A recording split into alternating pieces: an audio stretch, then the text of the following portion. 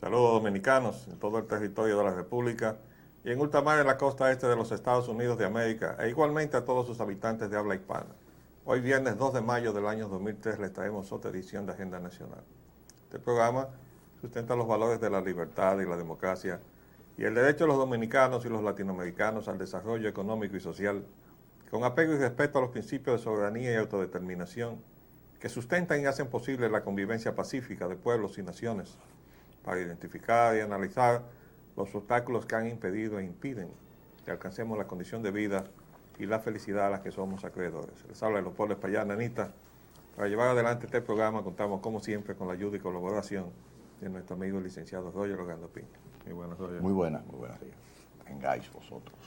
Bueno, que quise comenzar con una nota un poco humorística, si se quiere, porque lo otro es ponernos a llorar. Mire esto. La ignorancia policial. No, mire la foto. Ese es el rótulo de un destacamento de la Policía Nacional en Samaná, en la sección del Limón. Y al que lo hizo, se le ocurrió que destacamento era de punto tacamento, pero el que lo recibió creyó que también era así. O sea que la ignorancia es amplia, ¿eh? Entonces llegó un fotógrafo y tomó esa fotografía para la posteridad. Imagino que el lunes estará arreglado y deberá haber unos cuantos arrestados o presos, no sé. Imagino yo. A lo mejor resulta que eso es normal, ¿no? No, eso es un gazapo. Esa gente no sabe leer bien, entonces. Pero están ahí, orden público, ¿verdad? Pero no pueden escribir bien destacamento. Vaya usted con una ley en la mano a ver si le van a respetar la ley. Si no pueden leer, ni siquiera poner destacamento bien. ¿Cómo le van a respetar sus derechos? Y no le muestre una constitución, no se le ocurre. Bueno. La constitución desacreditada con aquella frase del mandatario nuestro que la hizo ya, que todavía que no era de él realmente, no él citaba mucho la frase, pero era de otro, ¿no? Sí. Aquello de que era un pedazo de papel. Boletín de la neumonía atípica, arquitecto, que usted tiene por ahí Bueno, sí, recogido. nosotros trajimos ayer una información que establecía entre 176 los muertos y 5.400 los afectados. Eso fue lo que salió en el periódico El Expreso ayer. Pero yo saqué del internet este detalle, que es más preciso, y a la fecha 29 de abril había una cantidad diferente, un poquito menos de muertos, 353, y 5.462 afectados en total. Pero hay un dato que no se tenía. Mire, aquí está el mapa en los Estados Unidos. Esos son cada puntito es el estado a donde hay registrados. ¿Se puede ver? No sale bien. No llega bien. Acerca más el papel. Ahí se ve una situación de la cual se da poca difusión. Ahí. Exactamente, ahí se ve. Esos puntos que están ahí son los estados que tienen casos. Y la estadística es la siguiente. California tiene 20 casos. No hay, por suerte, ninguna muerte en los Estados Unidos. California tiene 20 casos, le sigue New York con 6, Virginia con 3, Colorado con 3, Florida con 3, Connecticut con 2, Hawaii con 2 y Washington con 2. Después todos los demás tienen un caso y 0 muertes hasta esa fecha. Aquí en la estadística mundial tenemos China con 2.601 casos, 115 muertes. Y Hong Kong tiene 1.510 casos con 115 muertes también. Es decir, que los 3.000 y pico de casos, casi 4.000 casos en China, en territorio continental. No, 4.000. 4.000. No, 3.000, 2.000. Ah, sí, no, 4.000, perdón. Canadá tiene 140 casos y 15 muertos. Después Singapur tiene 195 casos y 19 muertos. Y bueno, hay unos cuantos más regados en pequeña escala. Australia tiene 4, Brasil 2. China, Taiwán tiene 41. Ahí es donde iba la primera dama y nosotros le dijimos al presidente, no deje que doña Rosa coja para allá. Que en ese momento había 37 casos. Ahora ya va por 41. En Francia hay 5, en Alemania hay 7. En Italia hay 4. Es decir que en Europa ha llegado uno que otro. En Suecia hay 3. En Suiza hay 1. En el Reino Unido hay 6. Y en Vietnam hay 63. Bueno, ojalá que los científicos se den prisa y le encuentren una respuesta primero a la enfermedad en el sentido de detenerla, ¿no? Para curarla y después para prevenirla, que sería la vacuna. Vamos a ver. El caso Van Inter. Eso no es una epidemia, pero... No es el caso, es el escándalo, Van Inter. Ah, el escándalo. Sí, déjale su nombre, que es un escándalo. González Fabra afirma que el caso Van Inter es de difícil solución. Sí, la pregunta que uno se hace para él debe ser dificilísimo. ¿Qué sabe el señor González Fabra de esa materia? Él es el encargado de prensa de Palacio. Que no se sabe, que no se haya divulgado. Pero los funcionarios llamados a hablar de ese tema son otros, con conocimiento de causa. Ahora yo quiero decirles que yo recibí un material, no creo que lo traje, no, que lo tendremos para la semana próxima, con un detalle de lo que está pasando ahí adentro. Sí, no queremos darle muchas cosas porque tampoco queremos, este no es un programa para alarmar a nadie, pero tampoco vamos a tapar nada. Hemos censurado la actitud y la conducta del gobierno con relación a Van Inter. Primero porque ahí había un superintendente de banco que no estaba haciendo lo suyo y fue premiado con un ascenso. Y después porque no era a la Junta Monetaria que le correspondía intervenir al banco, tenía que ordenarle a la superintendencia que interviniera el banco. Entonces se han estado haciendo una serie de cosas que dice el refrán, que es lo que resume toda la sabiduría del mundo, que es la sabiduría popular, que lo que mal comienza, mal termina.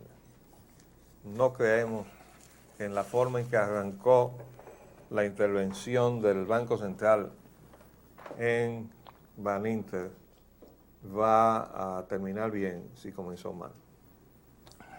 Lo primero es que necesita actuar apegado a la ley, porque de lo contrario, cualquier cosa que se haga es susceptible de ser recurrida entonces en un tribunal por haber violado disposiciones legales. Entonces no es posible, creo yo, ¿no? Absolutamente. Y además es un asunto delicado por todo lo que ustedes saben. Primero por aquel matiz desagradable que se dio con el nexo familiar de la familia del presidente con el banco que iba a adquirir a Van Inter, que era el Banco del Progreso. Las designaciones que hizo el presidente en la Junta Monetaria en esa coyuntura, de la cual pues se renunció uno de los designados, el suegro de su hija. Pero Carolina debió haber salido también por su propia iniciativa para hacerle las cosas más llevaderas a su padre. Debió haber renunciado. Ese es mi consejo. Para bien decir, yo creo que no se ha manejado con acierto esa situación, absolutamente. No, porque eso crea una situación que de una forma u otra repercute en el presidente. Esa es la especulación que no solamente existe en este país, sino fuera, que es la peor parte del asunto. Pero desde luego lo que hay que decir es que lo que está mal, mal está. No importa quién sea el responsable. Y el presidente de la República no puede aparecer encubriendo cosas que estén mal hechas. Sobre todo si se trata de una cuestión bancaria. Y si ahí el ejecutivo de ese banco, que es el señor Ramón Báez Figueroa, no ha respondido a cabalidad del manejo de lo que ahí sucedió, lo menos que se dice es que había prácticamente dos bancos funcionando en uno. O sea que había dos entidades que actuaban simultánea y paralelamente. Una especie de mano izquierda y mano derecha, y mi mano izquierda no sabe lo que está haciendo mi mano derecha. Y acuérdense que ahí estaba el lío de Pepe Goyco y el otro oficial de la Marina, que era funcionario ejecutivo del banco, asociado al señor Pepe Goyco, ahora coronel en activo otra vez, subjefe de la brigada que está en el este, pero con un expediente que se está investigando sobre los vuelos de los aviones y todo eso en los Estados Unidos. Entonces es una situación delicada y yo no creo que hemos visto el final de ese asunto. No estoy hablando de la parte económica, estoy hablando de lo que se hizo con el dinero del banco. El manejo. Bueno, liberando a Irak, arquitecto. Estos son los temas con que ya nos adentramos muy directamente en nuestra agenda. Denuncian al presidente Bush y a Blair ante la justicia. Yo me pregunto, ¿dónde andará Bélgica. el expediente que le están haciendo? De alguna manera está en algún lugar, porque yo lo recibí aquí, copia, a través del internet. Dos instancias de impeachment, que quiere decir en los Estados Unidos es cuando el juicio político al presidente. Hay una instancia que abarca tanto al presidente Bush como al secretario de Justicia, Procurador General de la República, Ashcroft. Y otra que es exclusivamente dirigida al presidente Bush. Y esa es la que está auspiciada por el ex Procurador General de la República, Ramsey Clark. Entonces, no he vuelto a tener noticia de dónde y cómo está eso. Pero ahora sale... La prensa norteamericana no le da mucho seguimiento a las cosas que solamente salen y desaparecen y no vuelven más. Como el caso del Antrax y esas cosas, ¿no? Eso se ha quedado, todos esos tipos de cosas. Bueno, parece que hay una nueva categoría de prensa que tiene un segmento que se llama limbo. Ah, sí, ahí es donde... Entonces hay noticias que quedan en el limbo ahí y entonces ya no se sabe más de ella. Aquí dice entonces, esta noticia viene de Berna, Suiza. El presidente de Estados Unidos, George W. Bush, y el primer ministro británico, Tony Blair, han sido denunciados ante la justicia por el partido Alianza de Izquierda de Ginebra, que los acusa de crímenes contra la humanidad, confirmó hoy el Ministerio Público de la Confederación Suiza. La denuncia fue presentada por el parlamentario Christian Grobet en representación del referido partido del Cantón Ginebrino, según confirmó una portavoz de la Fiscalía que no dio más detalles. Dice, Bush y Blair no se exponen por culpa de la denuncia a ninguna restricción si llegan a territorio suizo, por ejemplo, con motivo de la próxima cumbre del G8 en la localidad francesa de Evian, próxima a Ginebra, puesto que ambos gozan de inmunidad en el ejercicio de sus funciones y están protegidos de eventuales querellas. En Bélgica se presentó hace 2 semanas una denuncia también por crímenes de guerra contra personalidades del gobierno de Washington en la época de la Primera Guerra del Golfo, 1992. Bueno, por eso es que el presidente Bush no quería respaldar el Tribunal Internacional en materia de crímenes de guerra. Vamos a ver. Siguen protestas contra las tropas de Estados Unidos en Irak y el general Garner anuncia la reapertura de las escuelas en Bagdad. Caramba, pero qué lento andan, ¿eh?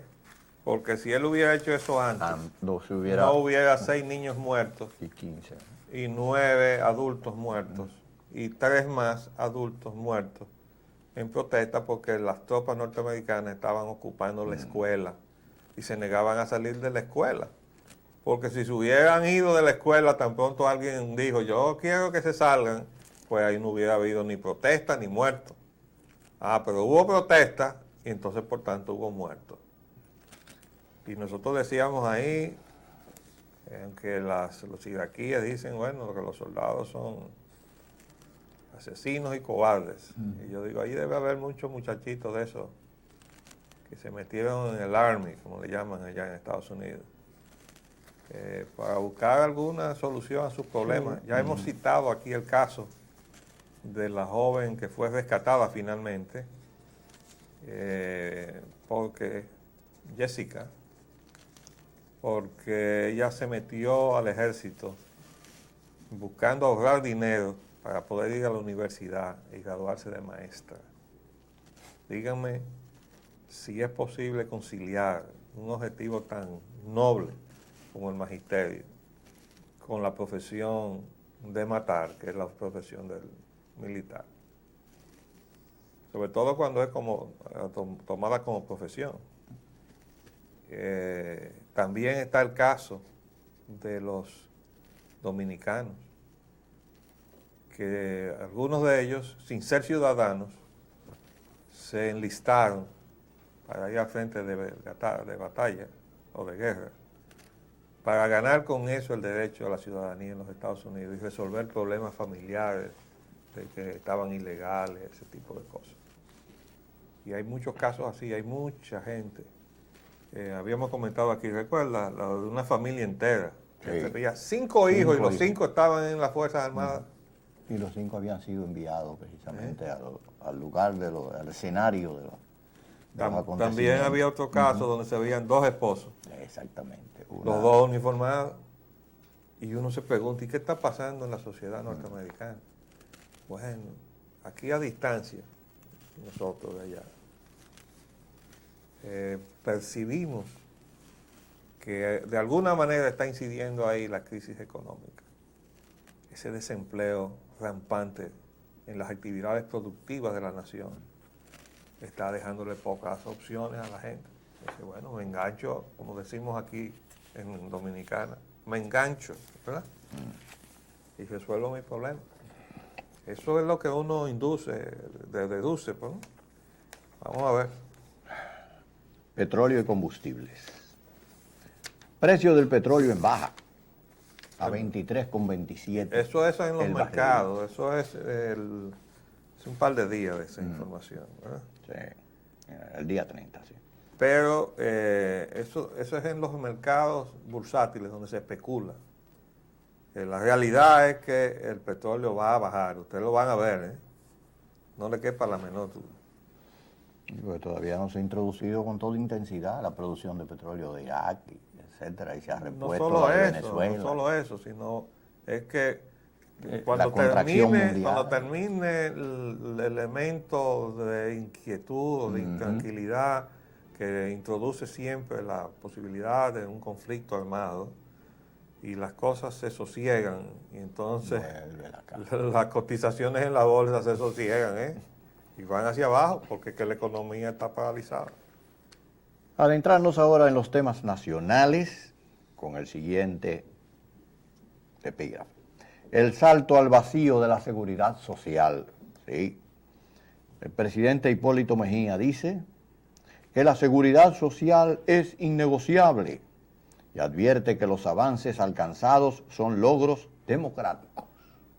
Bueno, yo mantengo mi crítica a ese proyecto de seguridad social, del cual digo que es un salto al vacío.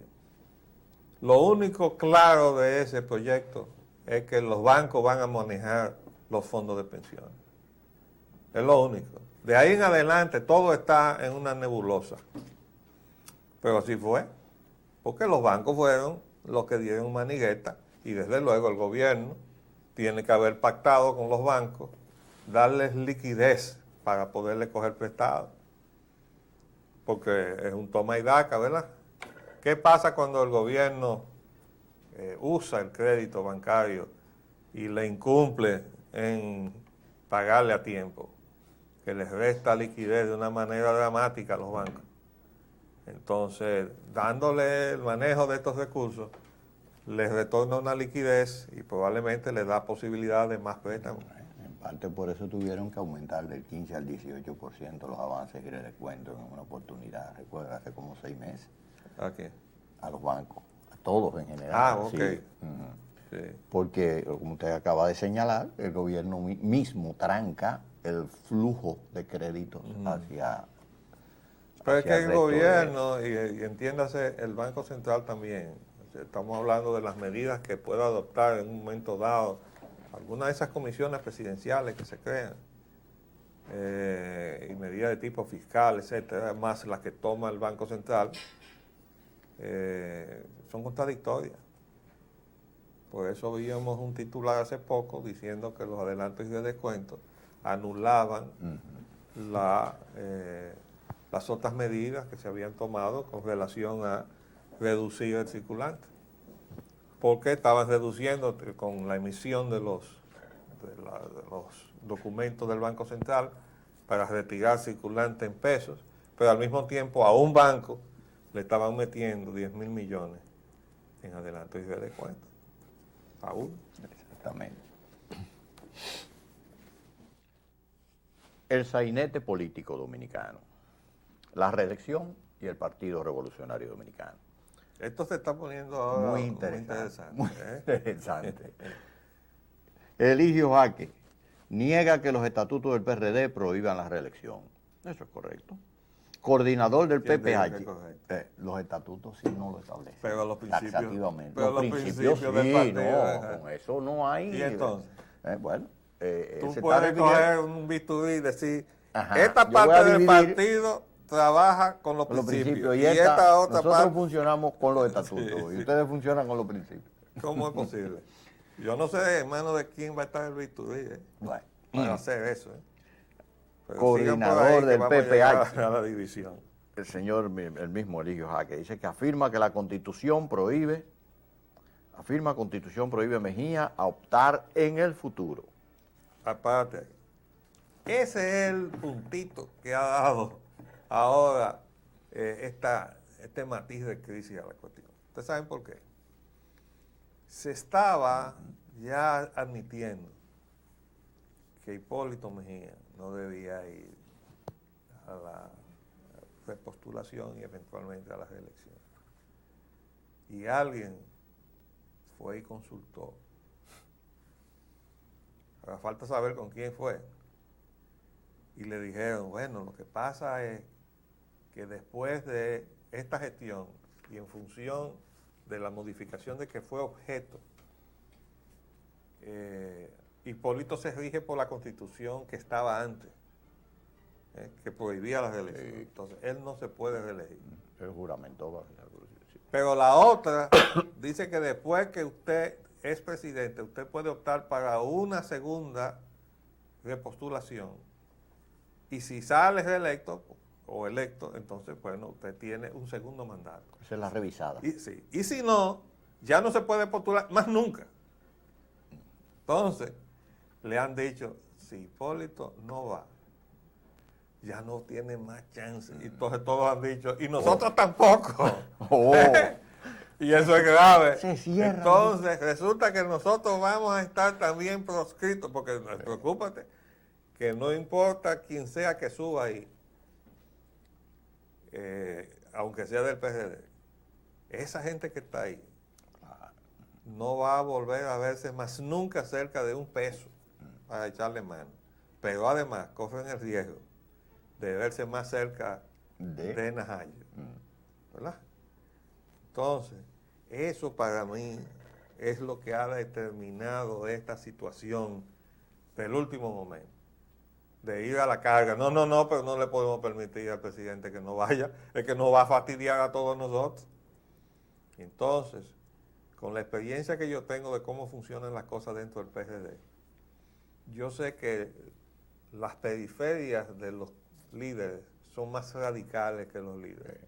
Yo lo viví, Yo recuerdo cuando participé junto con Molina Ureña a mediar después de la crisis del Concord, entre las dos facciones que parecían fieras, y nos reuníamos en mi oficina, y yo lo sentaba en ambos lados de la mesa, Y era, bueno, como si usted estuviera metido en una jaula de leones para poder conciliar posiciones. Yo logré, porque en eso el doctor Molina se tuvo que ausentar a Nueva York en un viaje rápido y yo me quedé en el medio de aquella jaulía. Y logré con Peña que aflojara su posición. Bueno, pues cuando el representante económico de la postulación del doctor Peña llegó, no quieran ustedes saber, le voy a contar ahora después que hagamos un paréntesis. Pues bien, estábamos haciendo aquí un poco de historia, ¿no? Y le estaba relatando cómo la gente que está alrededor de los líderes, sobre todo los que están metiendo dinero, ¿no? Son más intransigentes y más radicales que los propios líderes políticos que por su propia esencia en un momento dado se dan cuenta que tienen que transigir, si no, no hay acuerdo. Y en ese momento en mi oficina había logrado yo que Peña Gómez admitiera, cediera en algunos aspectos del asunto para poder propiciar lo que finalmente se llegó a hacer, que fue recontar todo el asunto. Se montó una comisión que trabajó entonces el doctor Molina y yo en la parte técnica de la computadora, revisar todo lo que fue la votación, ¿no? Pero cuando el cabeza del grupo, la que representaba los intereses económicos, llegó a mi oficina y se percató de que Peña Gómez había sentido a transigir en esos aspectos, óigame, ese tipo se puso furioso y salió como una exhalación del salón y yo me paré y lo seguí y fue a mi oficina a coger el teléfono. ¿Ustedes saben para qué? Para tragarse a Peña Gómez por teléfono. Yo le arrebaté el teléfono y de muy mal talante lo saqué de mi oficina. Así se escriben las cosas en este país. Ese señor tenía una posición de trancar el juego y Peña Gómez no, porque Peña sabía que tenía que ceder en algún momento. Pero eso pasa recurrentemente y el olfato nos dice que está pasando ahora con ese asuntico de que ya Hipólito no puede volver. Y esa gente, todo ese grupo que se alineó ahí, con ese enorme apetito, esa voracidad que insaciable, no se han podido saciar, necesitan quedarse en el poder. Y el candidato es Hipólito, aunque tenga que ir en contra de todo. ¿Qué importa que el partido tenga unos principios? No están en los estatutos. Y decíamos, bueno, entonces habrá un pedazo del partido que no tiene principios, como se ha demostrado, ¿no? Porque para hacer todas las cosas que se han hecho en esta gestión de gobierno, es que no hay principios. Y otra que quiere ser respetuoso de esos principios, aunque algunos sea de manera coyuntural y otros realmente tengan la convicción de que así debe ser. Pero esa es la crisis de los partidos políticos, la que he relatado una y mil veces, porque esa la viví yo, la del PRD. De ahí no me puede contar nadie. Si no, yo no me hubiera tenido que ir del PRD. Pero lo primero que cayó ahí fueron los principios programáticos e ideológicos para ir a parar entonces en ser un partido neoliberal. Con una plataforma tan entreguista como la del señor Leonel Fernández y su grupo también. Sí, si no, no hubieran pasado esas cosas en el Congreso. Hay que volver a rescatar no solo ese principio de la no reelección, sino todos el paquete completo. Completo, sí. El paquete, para que nos inscribamos entonces entre los principistas contra los estatutarios. ¿Qué le parece la denominación? No, porque el hecho de que tú estés apegado a los principios no quiere decir que estés contra los estatutos. No, claro, pero ellos sí. Están contra los principios, están contra todo. Sí, bueno, entonces, hay que decir los PRDistas con principios y los PRDistas sin principios. Eso es más simple de entender. Pero el asunto está ahí. También dijo el señor Jaque que Hipólito no tenía que pedir licencia, que podía quedar ahí mientras tanto. Pero ahora eso no se queda ahí. Vamos a ver desde ahí. Vamos a ver cómo sigue la cosa. Dice Gómez Mazara. Critica que vinculen a la Suprema Corte de Justicia con la política. ¿Y por qué dice eso Gómez Mazara? Porque nadie está criticando a la Suprema. Digo, hasta el momento en que se pronunció en ese aspecto, No nadie está estaba... criticando a Eligio Ah, ¿y qué hizo por el haber señor? declarado que se Ajá. consultó a la Suprema. Porque es que ese es el problema. Sí. Al consultar a la Suprema, ahora se presenta un problema De orden de orden jurídico que va a ser difícil de saltarse.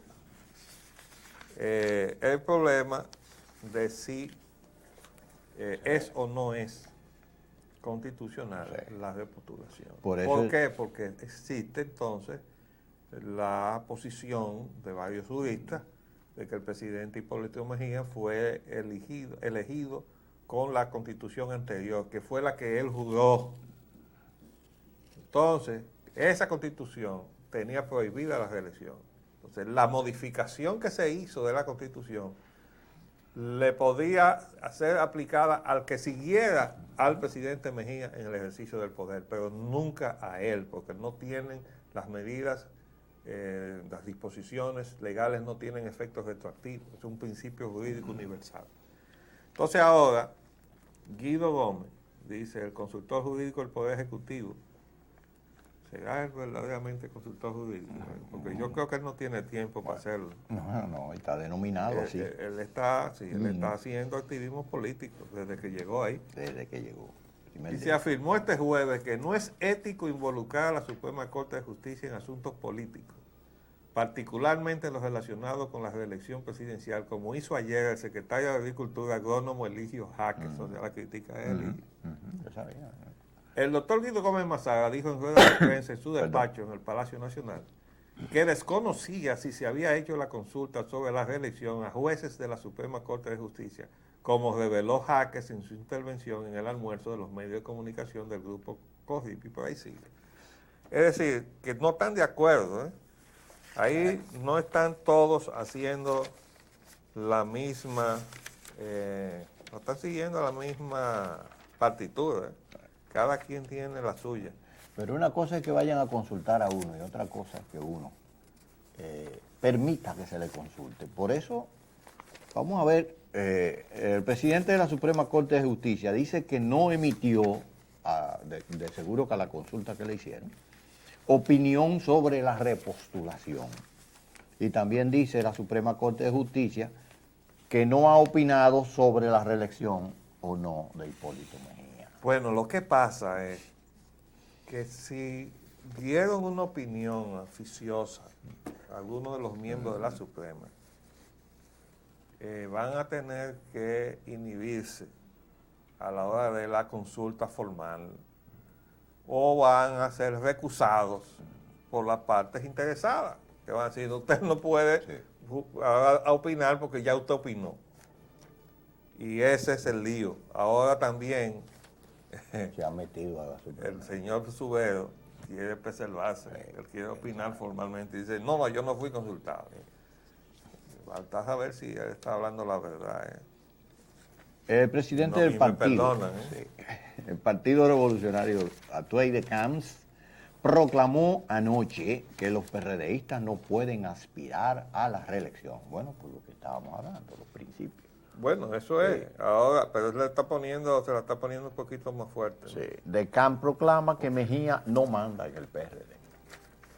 Eso es porque trataron de hacer una convocatoria a la convención. Entonces yo digo, no, ustedes no pueden convocar a la convención. Eso no es facultad de un grupo. Convocamos una convención. ¿Ustedes quiénes son? Orgánicamente, ¿se entiende?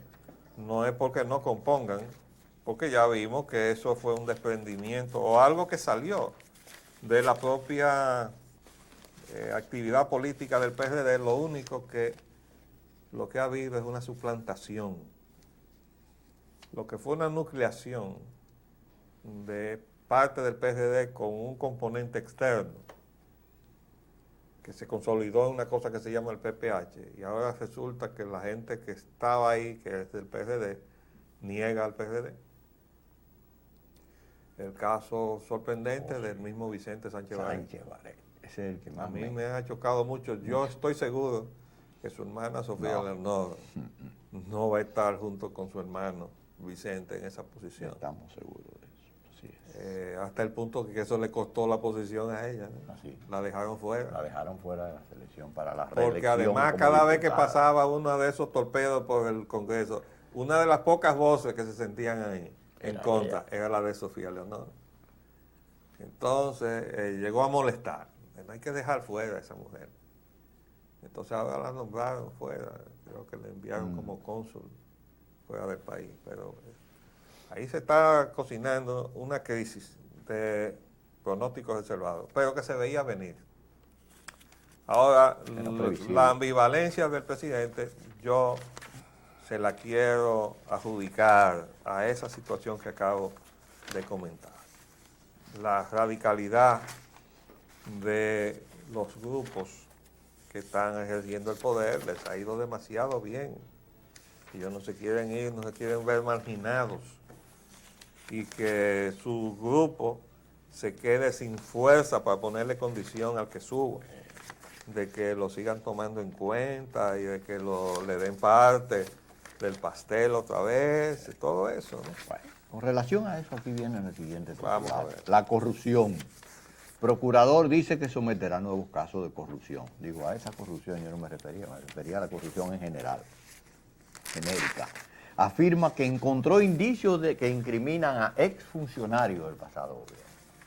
Pero no ha encontrado ningún indicio que incrimine No. a un funcionario de este gobierno. Parece que no. Que hable con Nuria Piedra. Bueno, ella tiene unos expedientes grandísimos. Nuria, llévale los expedientes al procurador asistente, encargado de Fresco, ¿verdad? Sí, señor.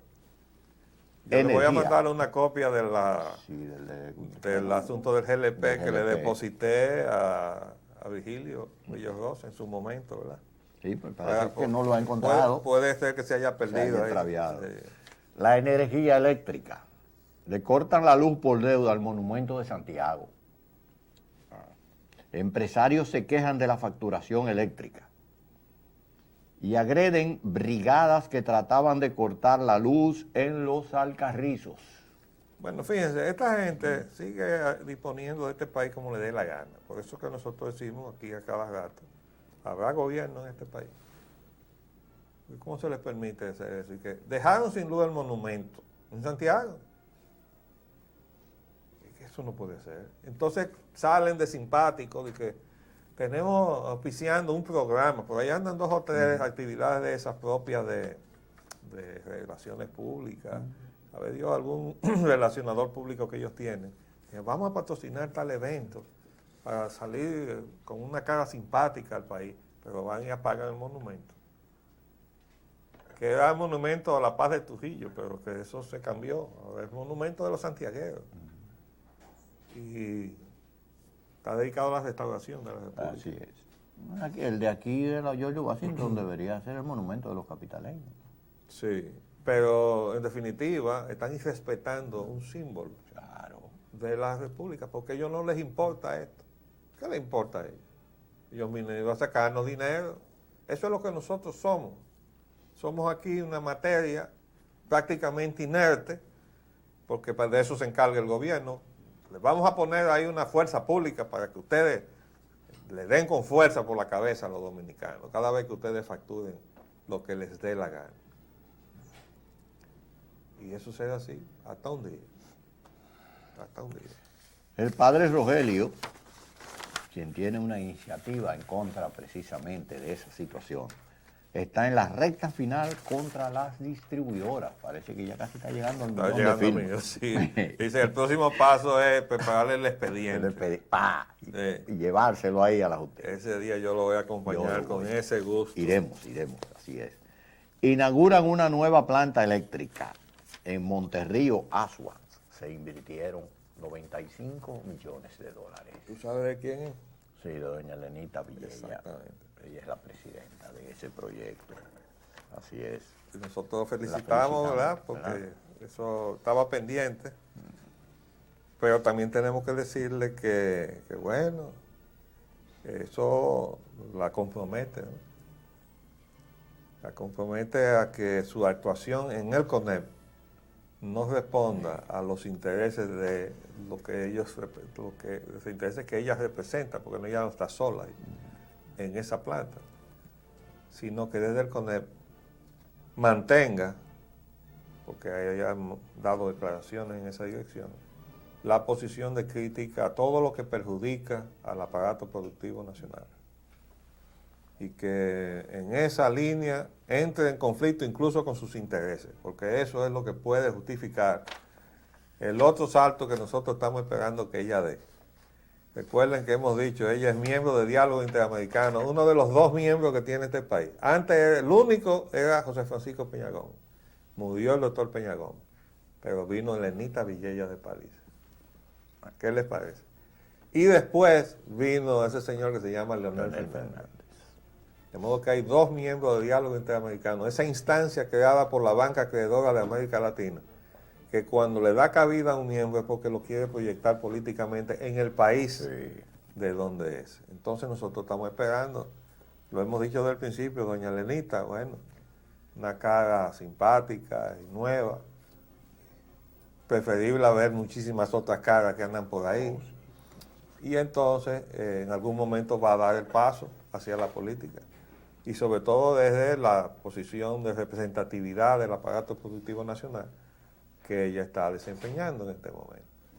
Pero esta nueva actividad de ella en el ámbito de la energía eléctrica, si ella no se maneja bien, puede resultarle conflictivo.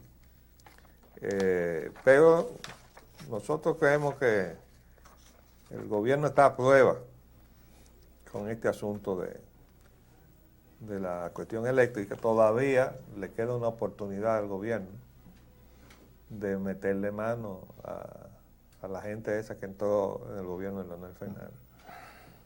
No podemos terminar sin hablar de un poco de la dolarización. Sí. Hay unos titulares ahí, sí, hay un titular que dice que el 25% de los depósitos en banca está en dólares. Bueno, esa es una situación lógica, porque hemos explicado que no es la causa, pero es una consecuencia.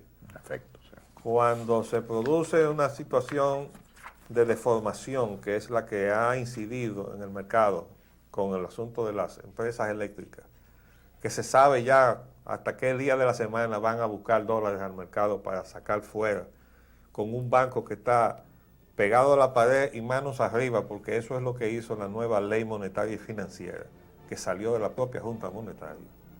Entonces, bueno, la consecuencia de eso es la inestabilidad, la desconfianza, la devaluación del peso. Entonces la gente no quiere tener sus ahorros en pesos y trata de tenerlos en dólares. Eso posiblemente es la razón por la cual esa estadística ahora surge de uno de los analistas de la economía nacional. Pero vamos a seguirle los pasos. Nos despediremos hasta el martes próximo, porque el lunes es el día feriado que correspondía al día del trabajo, el día en el cual no se trabaja. Contradicciones de este mundo de nosotros. Nos despedimos entonces hasta la próxima semana. Les hablamos Leopoldo Espaillán Anita y Roger Ogando. Hasta luego. Agenda Nacional les llega en vivo de lunes a viernes de 11 de la mañana a 12 meridiano y es grabado y retransmitido de 12 a 1 de la madrugada por esta misma emisora. Se transmite en la costa este de los Estados Unidos de América por el canal 513 de Time Warner en los estados de Nueva York y New Jersey y por el canal de AT&T para los estados de Massachusetts y de Maine y las ciudades de Nueva York, New Jersey y Boston.